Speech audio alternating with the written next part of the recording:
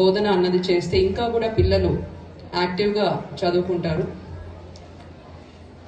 So దీంతో ఈ ప్రాజెక్ట్లో ఈ ఎగ్జిబిషన్లో పార్టిసిపేట్ చేస్తున్న చిన్నారులందరికీ కూడా మరొకసారి శుభాకాంక్షలు తెలియజేస్తున్నాను.